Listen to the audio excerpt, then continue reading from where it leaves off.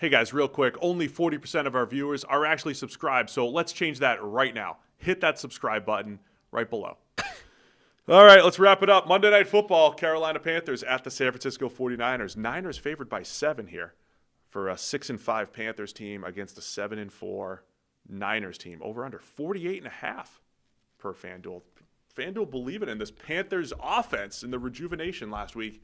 Bryce Young coming off of maybe his best game as a pro. At least it's up there.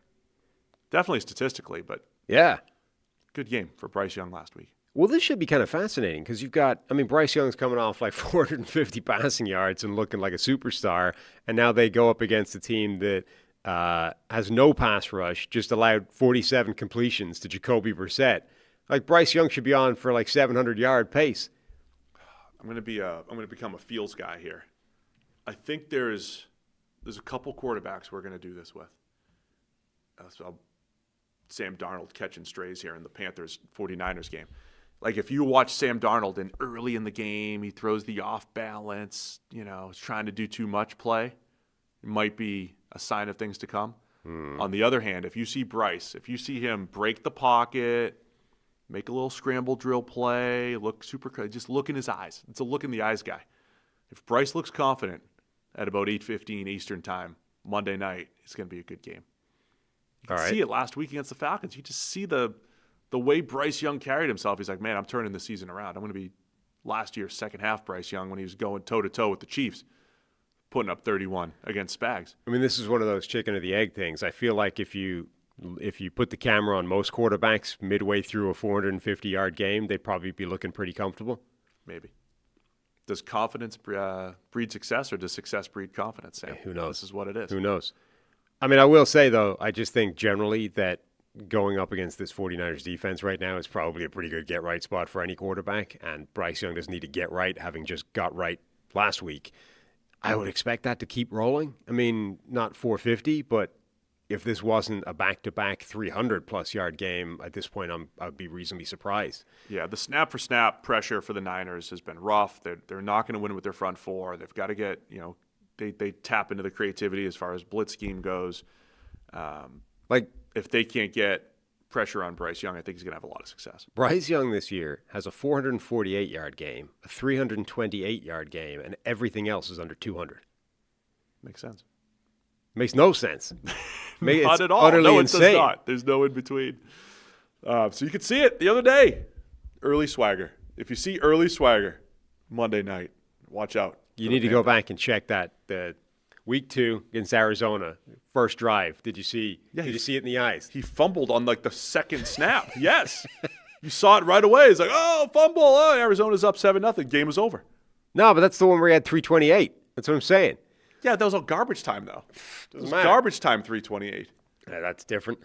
He didn't play well. He's going to play well when he's got the early swag. Early swag, Bryce. So I think I think Carolina's offense will probably do pretty well against San Francisco's defense because their defense is terrible. The interesting thing almost becomes the other side. 49ers offense was cooking with Brock Purdy back in the lineup. Carolina's defense has been pretty good, though. It's certainly very good against the run. Can they force the 49ers to be one-dimensional? Does the 49ers being one-dimensional from a passing point of view diminish what they can do? I think that side of the ball is pretty fascinating. Yeah, I think Carolina's linebackers have been kind of hit or miss this year too. That's who Shanahan usually attacks. George Kittle looks outstanding. I think when you have the healthy tight end in that offense, everything's cooking, everything's different. So you've got the playmakers to throw to. Purdy back. I think Purdy just attacks other parts of the field that Mac Jones doesn't, and he's got a below-average NFL arm, just like Mac Jones does. They have similar arms, but I think Purdy brings just a different element to attacking outside the numbers. As long as he doesn't have he had some vision problems in the middle of the field, I think, early in the season, Purdy, we had some really rough decisions. Take some of those out, and I have a lot of confidence in this Niners offense, the way they're constructed. Trayvon Merrick, I think, will be a key in this game for the Panthers. He's playing, right? I say this as make sure nobody's hurt. Yeah. But they've used him in this world of dime linebackers and big nickel and everything. Merrick's played a lot in and around the line of scrimmage. He's made some huge plays as a blitzer, and relying on him from a run defense perspective to make plays against Christian McCaffrey.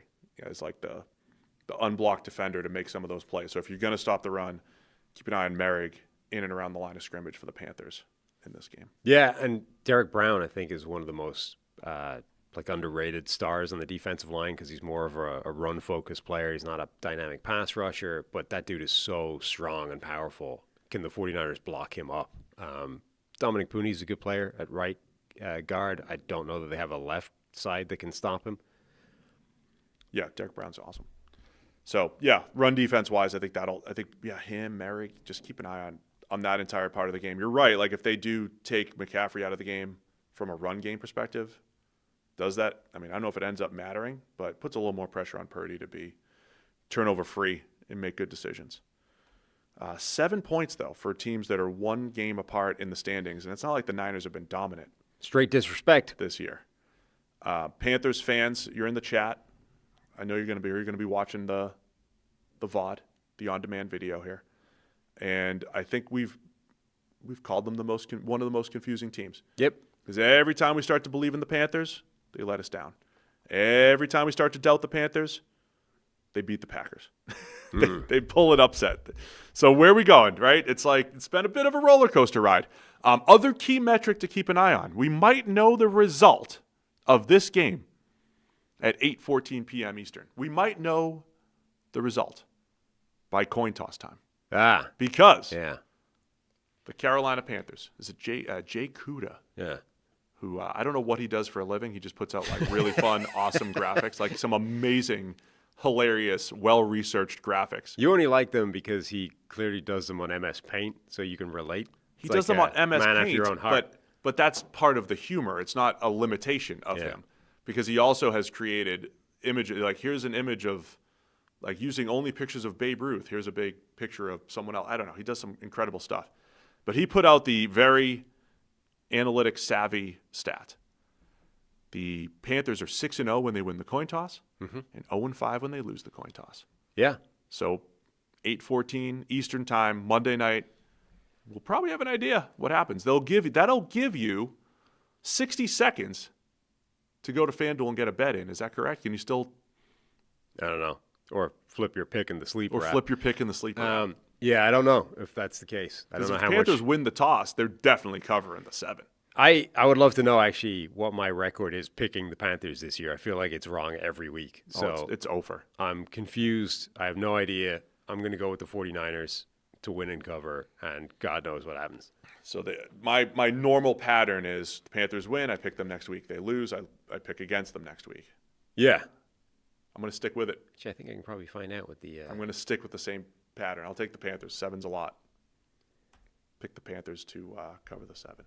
Thanks for watching all the way to the end of the video.